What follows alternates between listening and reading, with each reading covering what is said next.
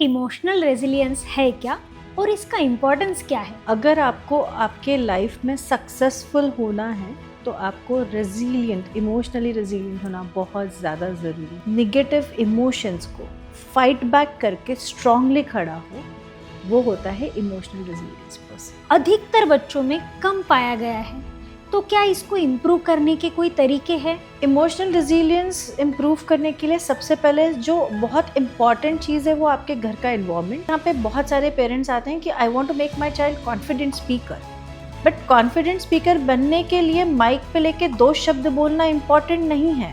ऐसे बहुत सारे किस्से मैंने अपने 15-20 साल के करियर में ऑब्जर्व किए कि इमोशनल रेजिलियंस ये एक ऐसी चीज़ है कि जो आपको हर सिचुएशन में गिर के खड़े होना सिखाती है। और इमोशनल रेजिलियंस में जैसे अभी आपने कहा, बच्चे का ही नहीं तो पेरेंट्स का रोल भी बहुत ज़्यादा इम्पोर्टेंट है। पेरेंट्स ही होते हैं जो बच्चों को गाइड करते हैं। तो मैं आपसे पूछना चाहूँगी कि इमोशनली डिस्टर्ब स्टेट से इमोशनल रेजिलियंस की तरफ जाने का आसान तरीका क्या है? इमोशनली डिस्टर्ब स्टेट मतलब क्या है मैं आपको बताती हूँ। एक्सप्रेस करने से ही आपको सॉल्यूशंस मिलेंगे। तो इस तरीके के छोटे छोटे टेक्निक्स यूज़ करके आप डिस्टर्बेंस से रेजिलियंस की तरफ डाइवर्ट हो सकते हैं। क्या सही उम्र है, क्या सही एज है जिसमें बच्चों को इमोशनल रेजिलियंस सिखाया जा सकता है? इमोशनल रेजिलियंस सिखाने के लिए कोई उम्र सही नहीं है। So this is very much important. There is no any age to understand and to learn, but as early as you will start it will be much better. तो क्या कुछ अफर्मेशन टॉक आप बताएंगे जो इमोशनल रेजिलियंस का problem face कर रहे हैं उनके लिए? हम कहते हैं कि छोटे बच्चों को हमेशा मिरर के सामने खड़ा कीजिए और उन्हें बताइए कि आई एम स्ट्रॉन्ग। तो इमोशंस को आप प्रायोरिटाइज कीजिए, क्योंकि वही एक चीज़ है जो आपको लाइफ में सक्सेस दे पाएगी। नमस्ते दोस्तों, आजकल के अधिकतर बच्चे क्यों छोटी छोटी बातों पर टूट जाते हैं? क्यों हर ना सुनते ही गुस्सा या आंसू आते हैं? विड्रॉल मोड इतनी जल्दी क्यों? क्या हम कहीं इमोशनल रेजिलियंस सिखाने में पीछे तो नहीं रह गए? क्या आप जानते हैं, हार्वर्ड यूनिवर्सिटी के चाइल्ड डेवलपमेंट सेंटर की रिपोर्ट बताती है कि जो बच्चे छोटी उम्र में ही इमोशनल रेजिलियंस डेवलप कर लेते हैं, वो न सिर्फ मुश्किल परिस्थितियों में शांत और स्थिर रहते हैं, बल्कि मेंटल हेल्थ और रिलेशनशिप में भी एक बैलेंस बनाए रखते हैं। तो आज हम खोलेंगे वो दरवाजा जहां से शुरू होती है बच्चों की इनर स्ट्रेंथ और इमोशनल रेसिलियंस की जर्नी। मैं हूँ डॉक्टर अबोली पांडरीकर और आप देख रहे हैं हेरिटेज लिंक्स। हम फिर एक बार स्वागत करते हैं रिनोन expert Amita ma'am in this successful parenting series. Amita ma'am एक child development specialist, NLP expert और किड्स प्री स्कूल की डायरेक्टर है। तो चलिए शुरू करते हैं आज का podcast, raising emotionally resilient kids. बच्चों को नाजुक नहीं बल्कि मजबूत बनाने की दिशा में एक खास बातचीत। अमिता मैम, आपका स्वागत है आज के पॉडकास्ट में। आज हमारे दर्शक जानना चाहते हैं आपसे कि ये इमोशनल रेजिलियंस है क्या और इसका इम्पोर्टेंस क्या है? Emotional resilience is the most important thing. अगर आपको आपके लाइफ में सक्सेसफुल होना है तो आपको रेजिलिएंट, इमोशनली रेजिलिएंट होना बहुत ज़्यादा ज़रूरी है। मैं आपको एक छोटे से स्टोरी फॉर्म में समझाती हूँ, क्योंकि उस तरीके से इसे समझना ज़्यादा आसान होगा। तो एक माया नाम की लड़की है जो बहुत छोटी है, 3 या 4 साल की। वो अपना एक पज़ल का टॉवर बिल्ड कर रही है। टॉवर बिल्ड करते करते जब उसका टॉवर कंप्लीट होने आता है, उसी वक्त वो टॉवर कोलैप्स हो जाता है।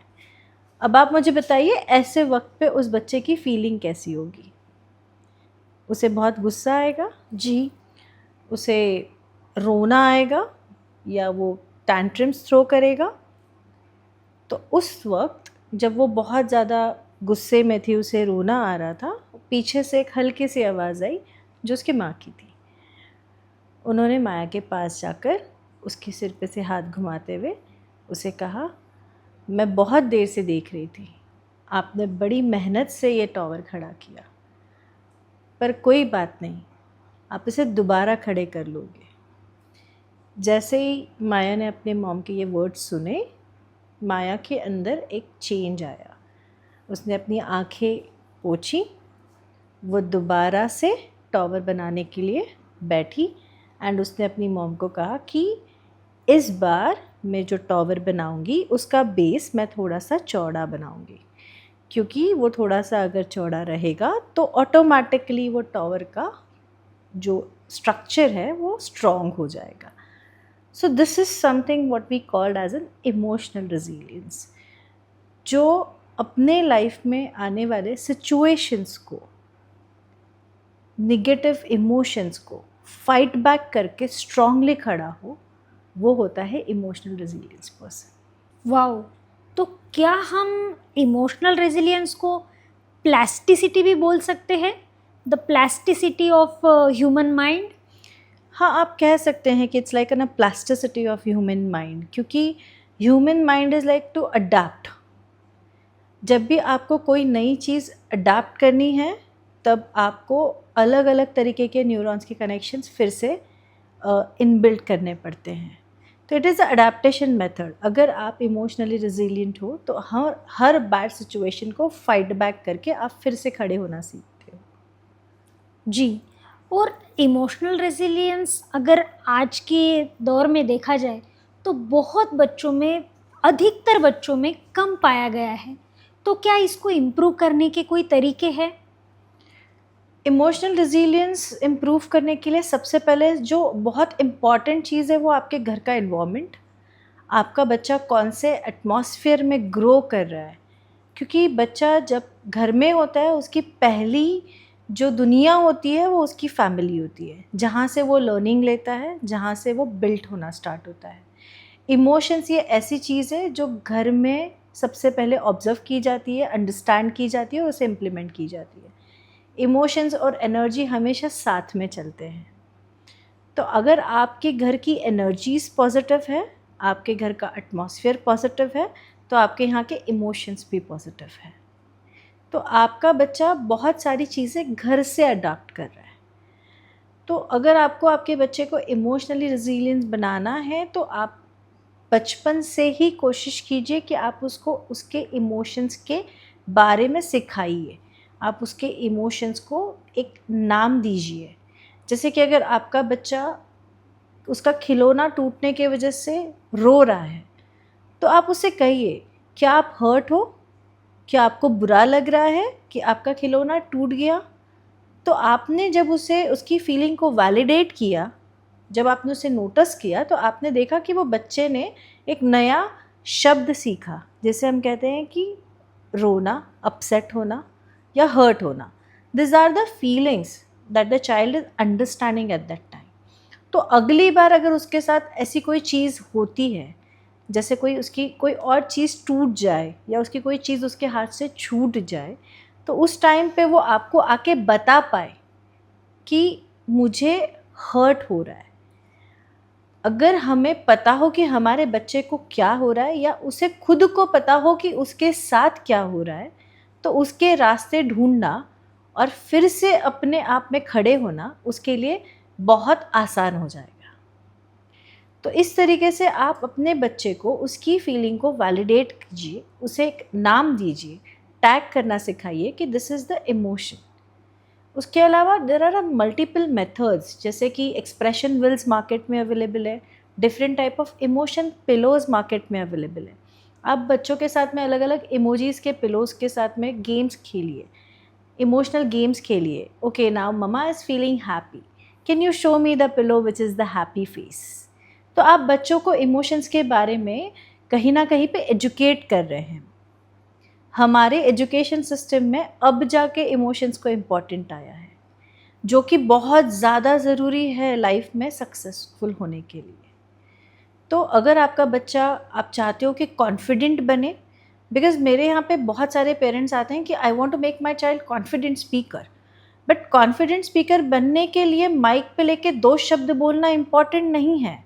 उसके अंदर वो माइक पकड़ के स्टेज तक जाने का कॉन्फिडेंस आना, वो करेज आना, उसके लिए कहीं ना कहीं पे इमोशनली रेजिलिएंस होना बहुत ज़रूरी है, जहाँ पे उसे एक feeling of safety and security उसके पेरेंट्स के थ्रू ही मिलेगी।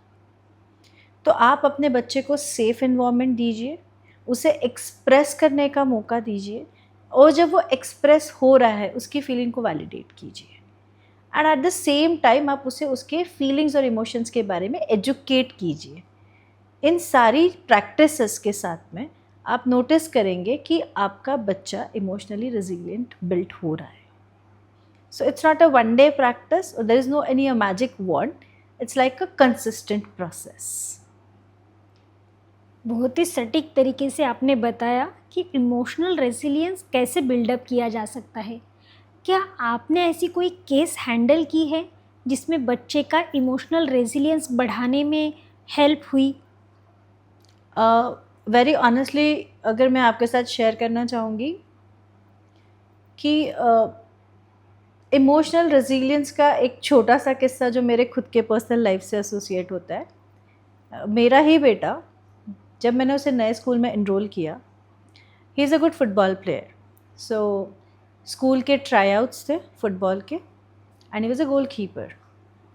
So that was a new school for him. नया स्कूल था, सब कुछ नया, सेटअप नया। वो अपने आप को कहीं ना कहीं पे प्रूव करने की कोशिश कर रहा था। तो बहुत सारे चैलेंजेस को, सेटबैक्स को फेस करने के बाद में वो हर बार फिर से एक बार स्टैंड टॉल कर लेता था कि हाँ ठीक है, मैं दोबारा एक बार कोशिश करूँगा, फेलियर से डरना नहीं है, मुझे प्रैक्टिस करना है। And within a 6 month वो as an goalkeeper select हुआ। सिलेक्शन के बाद में जब उनके नेक्स्ट लेवल्स पे परफॉर्म करने का चांस था, तो सिलेक्शन प्रोसीजर्स चालू हुई for the next academic session. उस टाइम पे जो अपोनेंट टीम के कुछ प्लेयर्स थे, उनके उसने 18 गोल सेव किए। सो जो अपोनेंट टीम में जो उनका बेस्ट प्लेयर था, उसे इतना गुस्सा आया कि उसने गुस्से गुस्से में मेरे बेटे को बहुत ज़ोर से हिट किया ऑन हिज बैक। तो जब मुझे स्कूल के टीम से कॉल आया that your son got injured, so मैं बहुत डर गई। मुझे लगा कि ऐसा कैसे हुआ। तो जैसे एक मदर होती है जो बहुत पहले तो दो आम अ काउंसलर, दो आम अ साइकोलॉजिस्ट, आखिरकार एक मदर जो होती है उसकी फीलिंग बहुत डिफरेंट होती है। सो आई रियली गॉट स्कैर्ड कि क्यों हुआ, कैसे हुआ। एंड मैंने भी एकदम जाकर उसे गुस्से गुस्से में, तूने मार क्यों खाया, why you had done this, तूने उसे रिवर्ट बैक क्यों नहीं किया, why don't you protect yourself at that time. This is what all parents always ask to their child for the first, कि आपने अपने आप को प्रोटेक्ट क्यों नहीं किया। But after listening his answer, मुझे इतना सेटिस्फैक्शन हुआ, आई फील रियली गुड कि उसने मुझे उस टाइम पे ये जवाब दिया कि ये हमारे ट्राई आउट्स थे, एंड इस ट्राई आउट में मेरी प्रायोरिटी सेलेक्ट होना था, ना कि फाइट बैक करना। मैं उसे जवाब दे सकता था, बट अगर मैं उसे जवाब देता तो उसमें मेरी प्रायोरिटी मिस्ड आउट हो जाती। तो मेरा गोल एक ही था कि मुझे सेलेक्ट होना और मुझे परफॉर्म करना है। तो मैंने उस चीज़ को इम्पोर्टेंस देते हुए, सारी चीज़ों को निग्लेक्ट करते हुए डिसीजन लिया कि मुझे अच्छे से खेलना है। तो मैंने उससे कोई लड़ाई झगड़ा ना करते हुए, उसे रिवर्ट बैक ना करते हुए अपने आप को प्रूव करना ज़्यादा बेटर समझा। So that was a very wise decision that he took eight that time, and I really feel proud because उस मोमेंट पे वो चीज़ अपने आप में समझना, उसे इम्प्लीमेंट करना और चीज़ों को प्रायोरिटाइज करना, it is a part of discipline and emotional resilience.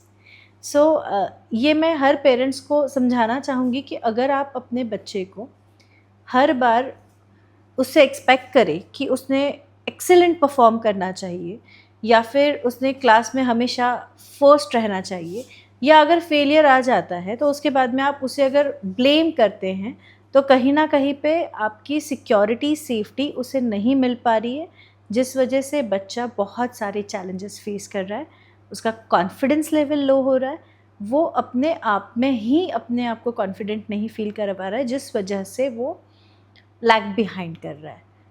तो ऐसे बहुत सारे किस्से मैंने अपने इस 15-20 साल के करियर में ऑब्ज़र्व किए कि इमोशनल रेजिलियंस ये एक ऐसी चीज़ है कि जो आपको हर सिचुएशन में गिर के खड़े होना सिखाती है।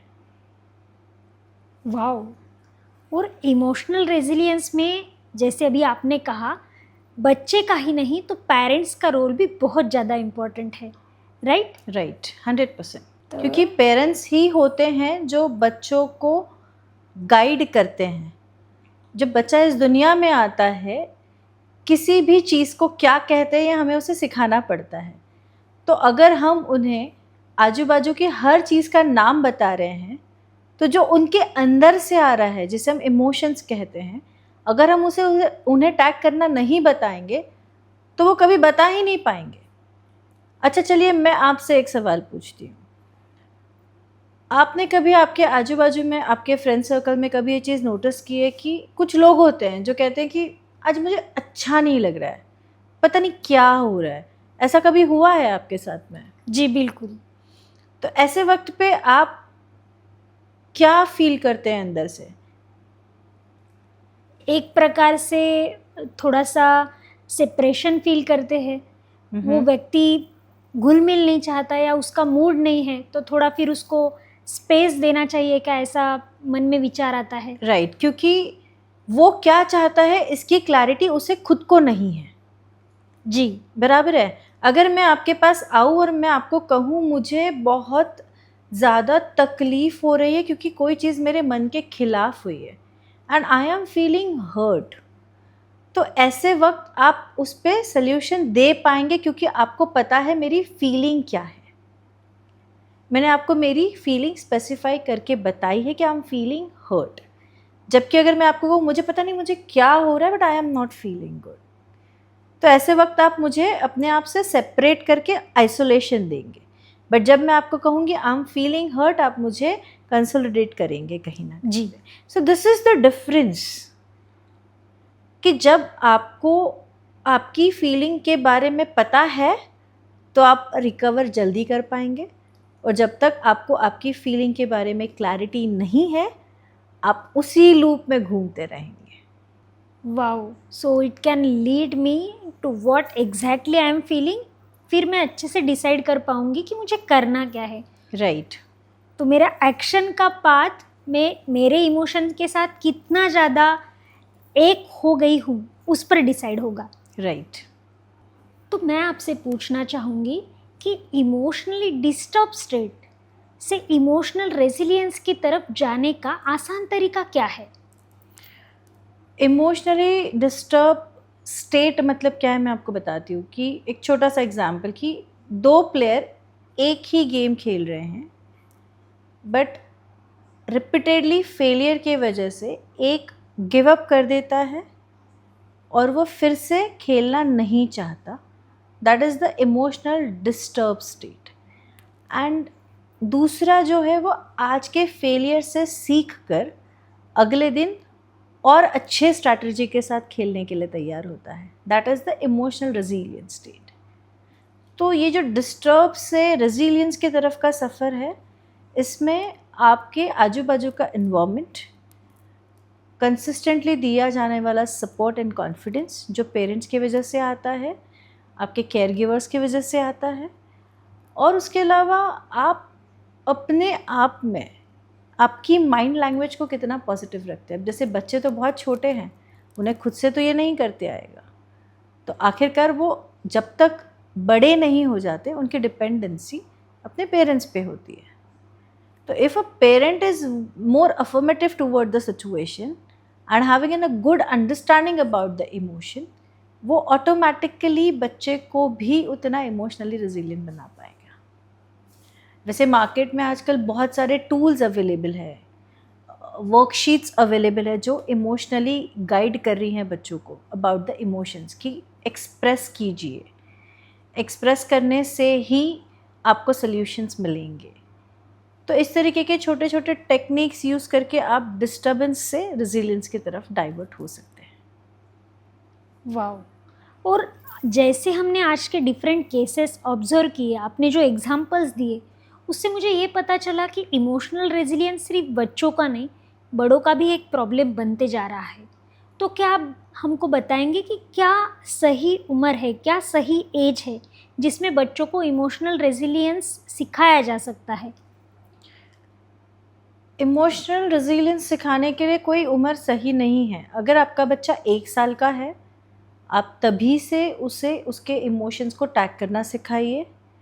धीरे धीरे जब आपके बच्चे की इमोशनल वोकैबुलरी तैयार हो जाएगी, क्योंकि इमोशंस की भी एक वोकैबुलरी होती है, different type of 40 to 50 emotions are there in human. हर इमोशन को अगर आप प्रॉपरली टैग कर पाए, उसको नाम दे पाए, आपने आपके बच्चे की इमोशनल वोकैबुलरी को स्ट्रॉन्ग रखा, तो उसके अंदर से आने वाले इमोशंस और फीलिंग्स और उसकी एनर्जी को वो टैग कर पाएगा और वो ऑटोमेटिकली अपने लाइफ में सक्सेस की तरफ रहेगा। तो जितने जल्दी शुरू करेंगे उतना बेहतर होगा। अगर आप आपके 1 साल के बच्चे को कहते हैं कि आप क्यों रो रहे हो, आपको किसी बात का बुरा लगा है, तो बुरा लगना और रोना, आप अपसेट फील कर रहे हो, ये कहना, तो ये सारी चीज़ों में हम उन्हें टैग करते जा रहे हैं, हम उन्हें नया शब्द सिखाते जा रहे हैं। आप हमेशा नोटिस कीजिएगा कि किसी बच्चे को अगर हमने ज़ोर से डांटा और डांटने के बाद में हमने हाथ उठाया, तो ऑटोमेटिकली जब उसने इसी से सिमिलर एक्ट कहीं होते हुए देखा होता है और वहाँ पे उसने सुना होता है कि मुझे मेरी मम्मा ने मारा, तो आपने उसे मारा हो या ना मारा हो, उसने वो कुछ सुना है जो सिमिलरली वो आके रिपीट कर रहा है कि मुझे मेरी मम्मा ने मारा। तो ये क्या है? कहीं ना कहीं पे ये आपके मिरर न्यूरॉन्स है, जो बच्चे देख रहे हैं वही वो सीख रहे हैं। अगर आप ऑब्ज़र्व कीजिएगा कि आपके घर में जैसे आपके हस्बैंड है, किसी कॉल पे बात कर रहे हैं, बच्चा वहीं खेल रहा है और वो बहुत गुस्से में है, तो अगले दिन बच्चा उसी चीज़ की कॉपी करके दिखाता है। जब कोई चीज़ उसके मन के खिलाफ होती है तो वो इसी तरीके से शाउट करता है। तो ये सब चीज़ें जब वो घर में से सीख रहा है, तो आप उसे पहले ही साल से बताना शुरू कर दीजिए कि this are the emotions which comes which goes. Negative emotions is also important like the way positive emotions are also important, क्योंकि नेगेटिव इमोशन हमेशा हायर रहेंगे। इम्पॉर्टेंट तो वही है ना कि उसी के ऊपर हमें कहीं ना कहीं पे मात करके आगे बढ़ना है। सो एज नहीं है इमोशन रेजिलियंस सिखाने की। इनफैक्ट अब तो अडल्ट्स में भी उसकी बहुत ज़्यादा ज़रूरत है, क्योंकि इतने सुसाइडल केसेस बढ़ते जा रहे हैं, लोग फाइट बैक ही नहीं करना चाहते हैं, कॉज ऑफ उन्हें उस मोमेंट पे समझ में ही नहीं आता है हो क्या रहा है। So this is very much important. There is no any age to understand and to learn, but as early as you will start it, it will be much better. Yes, आपने जिक्र किया कि अफर्मेशन टॉक, तो क्या कुछ affirmation talk आप बताएंगे जो इमोशनल रेजिलियंस का प्रॉब्लम फेस कर रहे हैं उनके लिए? हम कहते हैं कि छोटे बच्चों को हमेशा मिरर के सामने खड़ा कीजिए और उन्हें बताइए कि I am strong, I am happy, I am brilliant. आप जितने अफर्मेटिव टॉक, बिकॉज जनरली क्या होता है, हमारे एजुकेशन सिस्टम में भी वैल्यू बेस्ड बुक्स काफ़ी है, हमें वैल्यूज़ के बारे में बहुत सिखाया जाता है, but there is nothing which is related to emotions. तो इमोशंस को आप प्रायोरिटाइज कीजिए, क्योंकि वही एक चीज़ है जो आपको लाइफ में सक्सेस दे पाएगी। तो जब आप अफर्मेटिव टॉक की बात करेंगे तो अफर्मेशंस में आप जितना भी पॉजिटिव बोल पाए कि आई am feeling happy, I am a joyful person, I enjoy each and every small things around me. So these are the things which is giving an happiness hormones to you. These are the things which gives you the confidence, which actually create that balance to become a more emotional resilient. So parents, आज तक हमने सबसे ज़्यादा importance दिया है physical resilience को, लेकिन अभी अमिता मैम ने बहुत ही सटीक तरीके से हमको बताया what is the importance of emotional resilience और क्या तरीके हैं जिससे बच्चे इमोशनल रेजिलियंस अचीव कर पाए। तो सभी पेरेंट्स से हमारी दरख्वास्त है कि अपने बच्चों के इमोशंस को समझें और बच्चों को इमोशंस टैग करना सिखाएं, ताकि we can raise emotional resilient kids. Thank you.